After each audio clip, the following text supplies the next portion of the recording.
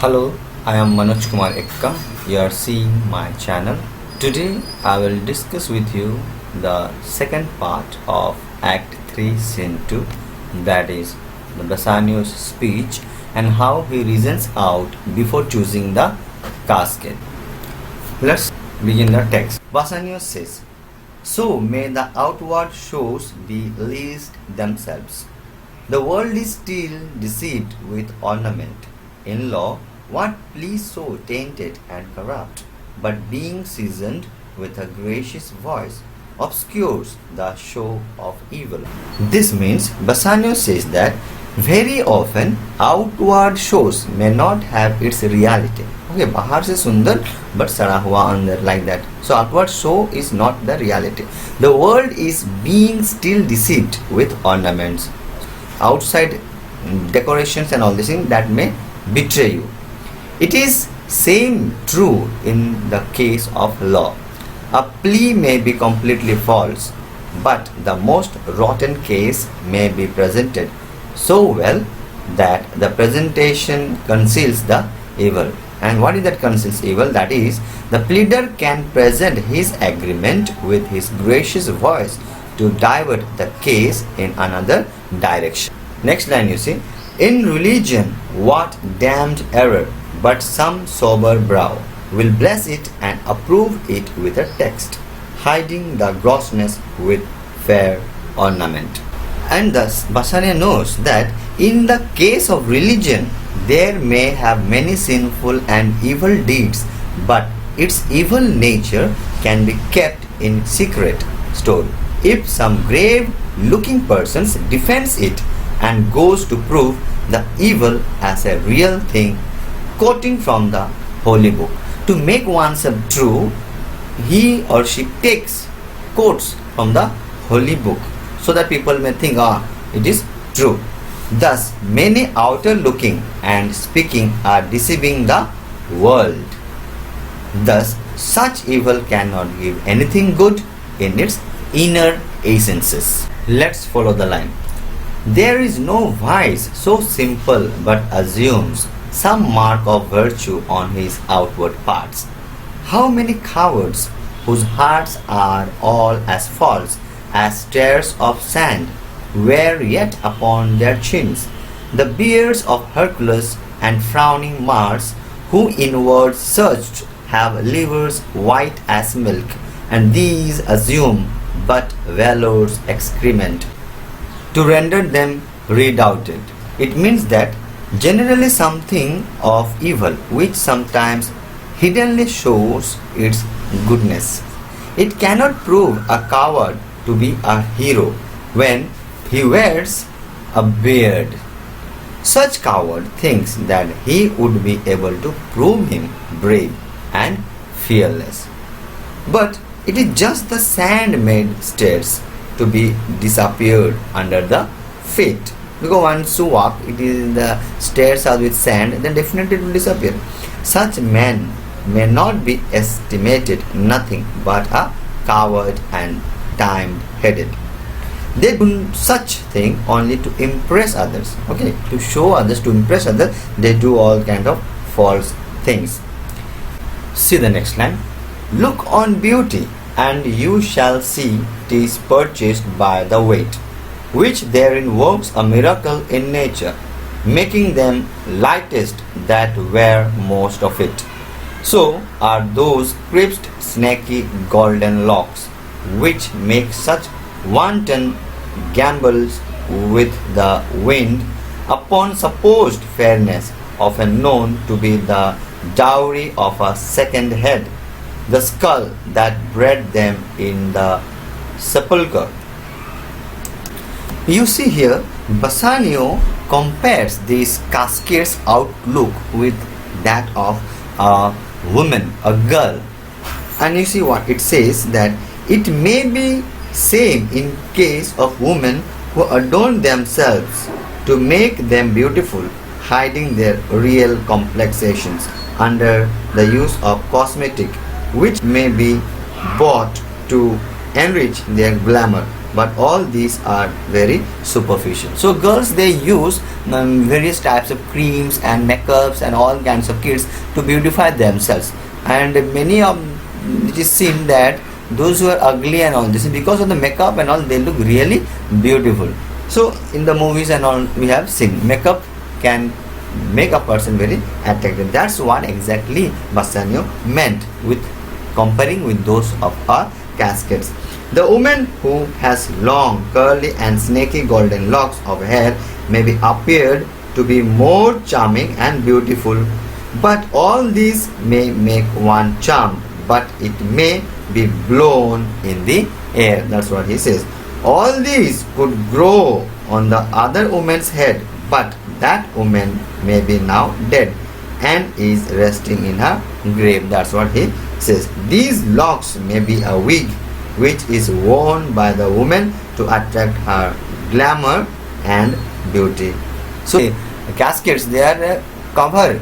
They are wearing a cover. Outside it is very beautiful, but in reality it may not be. That's what Bassanio thinks and talks to himself. Thus, ornament is but the glided shore to a most dangerous sea, the beauteous scarf, veiling an Indian beauty.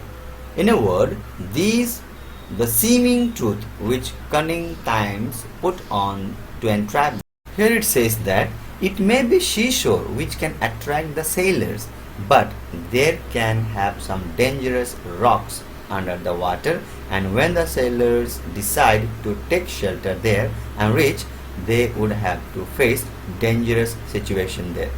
Such seashore deceives the sailor, but its natural appearance. So by nature it is looking so attractive, but then it deceives. All this may be compared to a fair scarf veiling in an Indian beauty. So Indian beauty is very famous. Okay, you see, it is compared to it. So it may be told that the seeming truth sometimes can deceive. It can betray, isn't it? And can entrap the wisest persons.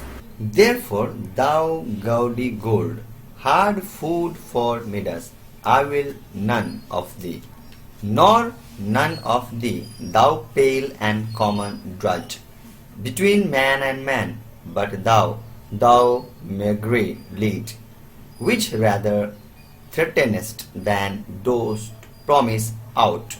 Thy paleness moves me more than eloquence, and here choose I, joy be the consequence. Therefore, Bassanio says that the gaudy, that means which one is showing, very attractive. Gold may deceive me and can give nothing to me.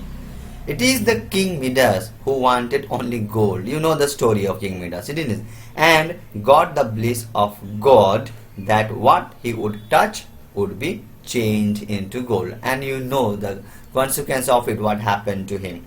At last he had faced dangers.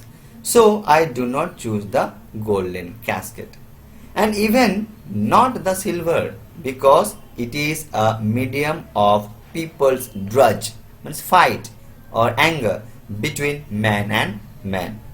The lead casket can threaten me, but it gives me some promises to take risk. So that's what he thinks. The lead casket is challenging me, allowing me to take a risk. However, I will choose this lead casket on which my success depends on, as without risk none can get the best. So in life, many people they say, if there is no risk in life, there is no maza. Like Salman Khan, one of the movie Kick, there is no kick, then no joy in doing the things. And that kind of situation that Bassanio faced, and he felt that he should choose the lead casket because it gives him the risk. In modern age, we can say it gives him the kick.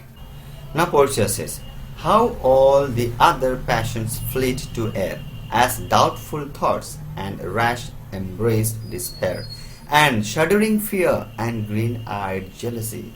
O love, be moderate, allay thy ecstasy, in measure reign thy joy, scant this excess, I feel too much thy blessing, make it less. for fear I surfeit. It means Portia says that, but now how all the other passions of mine fleet into air as the doubtful thoughts of success, despair, rashly having been embraced. It makes me shudder with fear and makes me green-eyed jealousy, but all these feelings have to be evaporated into air. Oh, but love is to be moderate, and I want it would diminish this ecstasy. So this ecstasy means a state of being carried away by overwhelming emotions. Okay, that is strong rapturous emotion. Okay, very strong emotion. I want the joy of mine would be soon measured with the shower of rain as it scans, means restrains this excessive feeling of mine. Because, O God, I pray your grace to reduce my overwhelmed feeling, too much happiness. O God, you make it less, as if I do not suffer much from such excessive ecstasy. So overjoyed because he has chosen the right casket, and so she is pleading God to reduce little bit of that joy, because this much of joy I am unable to bear. Now Bassanio speaks. What find I here? Fair Portia's counterfeit. What demigod hath come so near creation? Move these eyes, or whether riding on the balls of mine, seem they in motion. So Bassanio says that, oh, what am I seeing here? It is Portia's beautiful counterfeit, means the portrait, same looking like that of Portia exactly. And this one is very much happy and surprised. I think any demigod has closely created her. In the picture, her eyes were moving. He also says that even they are moving in the eyeballs of mine. Next line, here are severed lips, parted with sugar breath. So sweet a bar should sunder such sweet friends. Here in her hairs the painter placed the spider, and hath woven a golden mesh to entrap the hearts of men faster than gnats in cobwebs. So Bassanio says that here are the parted lips which are pictured by the lady's sweet. Her sweet breath is sweetly parting for such two sweet friends. Here in her hairs, as if the painter has painted a spider and has made golden web to entrap the hearts of men. It may be faster than the gnats which are entrapped in the cobwebs. This is nice comparison that Bassanio has made. See next line. But her eyes, how could he see to do them? Having made one, methinks it should have power to steal both his, and leave itself unfurnished. Yet look how far the substance of my praise doth wrong this shadow in underprising it. So far this shadow doth limp behind the substance. And Bassanio says that, but how he could enable to see her eyes to have painted? But who was painting one of the lady's eyes in the picture? I think he should have the power to steal both of his own eyes, leaving itself without comparison.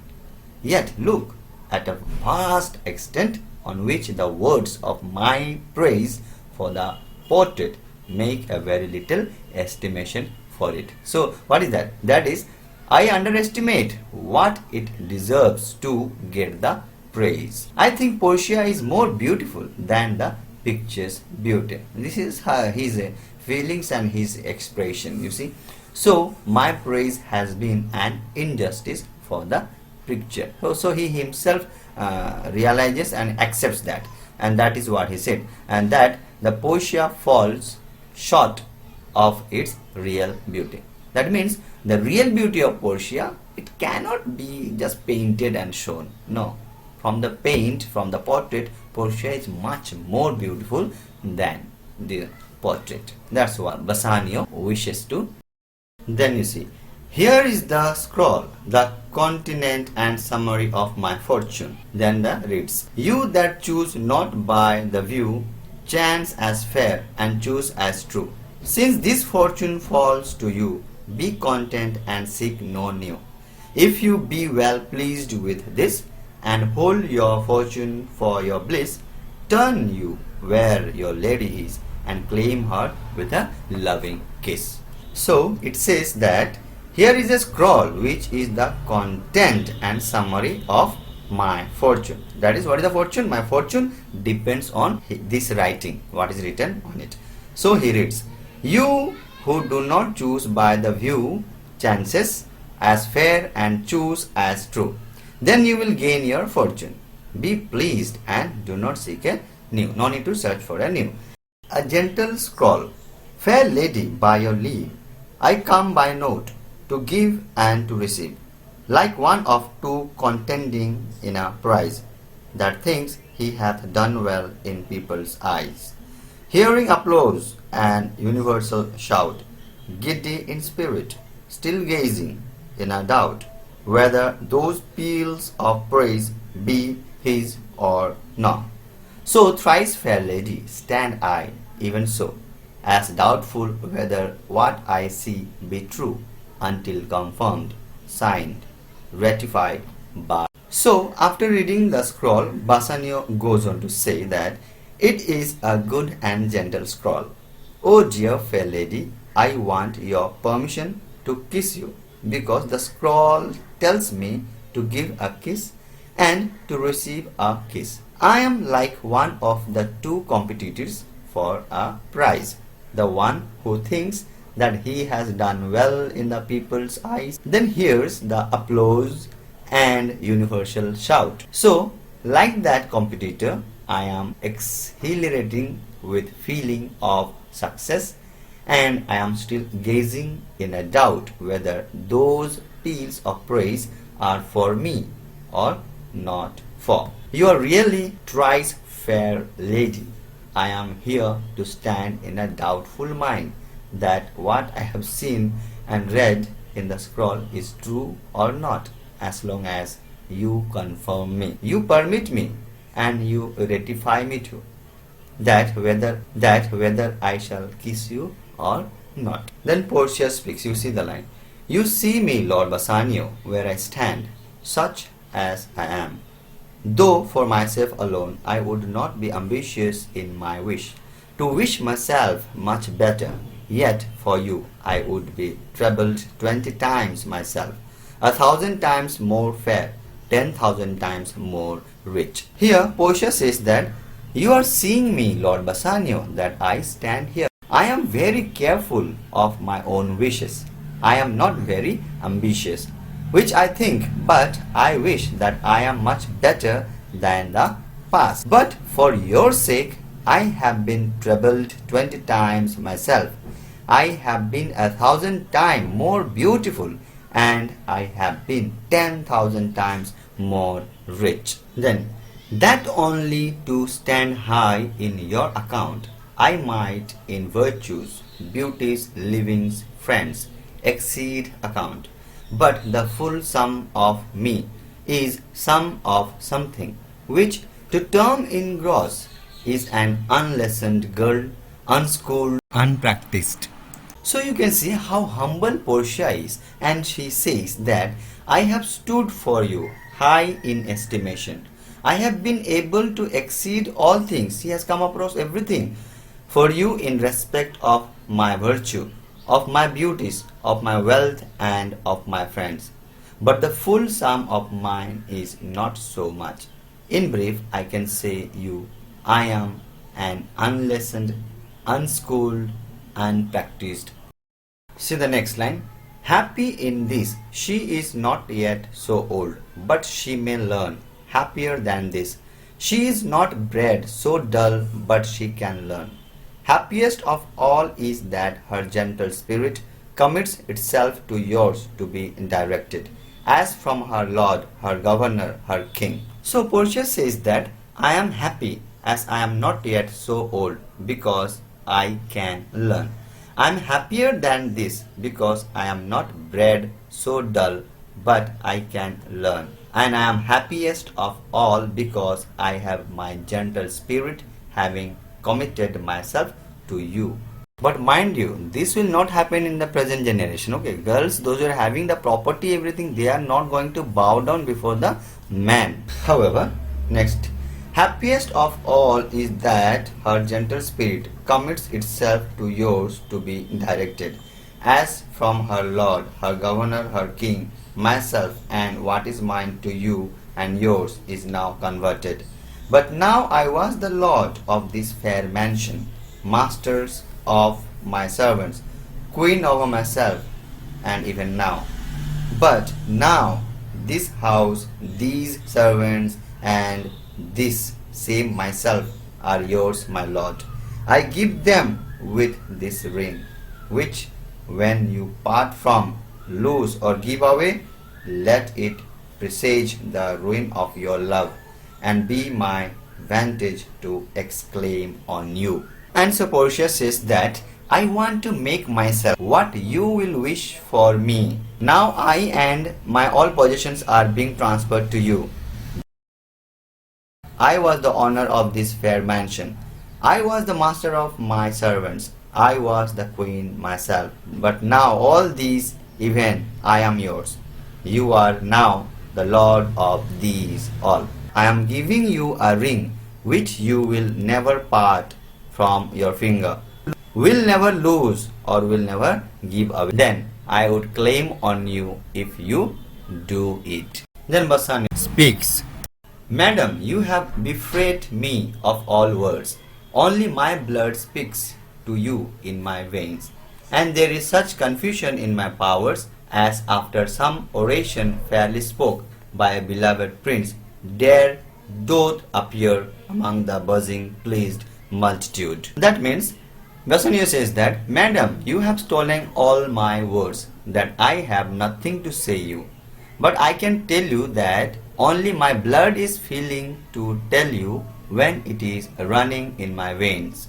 But there is so much confusion in my powers, which is greatly enjoyed by the murmuring and pleased multitude of people who have heard some fairly spoken oration. Means what you said. That is the speeches from the mouth of a beloved prince. The next line, where every something being blent together turns to a while of nothing, save of joy, expressed and not expressed. But when this ring parts from this finger, then parts from life from hence. That means he says that the listeners, they got some blended feelings in such moment, and all these feelings had turned into an excessive pure joy of wildness, and all these were to be expressed and were not to be expressed. So it was not to express concretely in brief terms. But I make my promise that when this ring will leave the finger of mine, you believe me, my life will part from hence, from that time, that is, from my heart. Oh dear lady, you must mean it, that it would be Bassanio's dead. That means Bassanio is dead. That time you will mean or understand. That's what he says. So, dear friends, we'll end part 2 here. The next part 3 will be seeing that how Graciano and Narissa express their love for each other, and thereafter his friends Salarino enters giving some important news. So I hope you have understood the chapter. See you in the third part of the Act 3 Scene 2. Don't forget to subscribe my channel and press the like button. Thank you very much.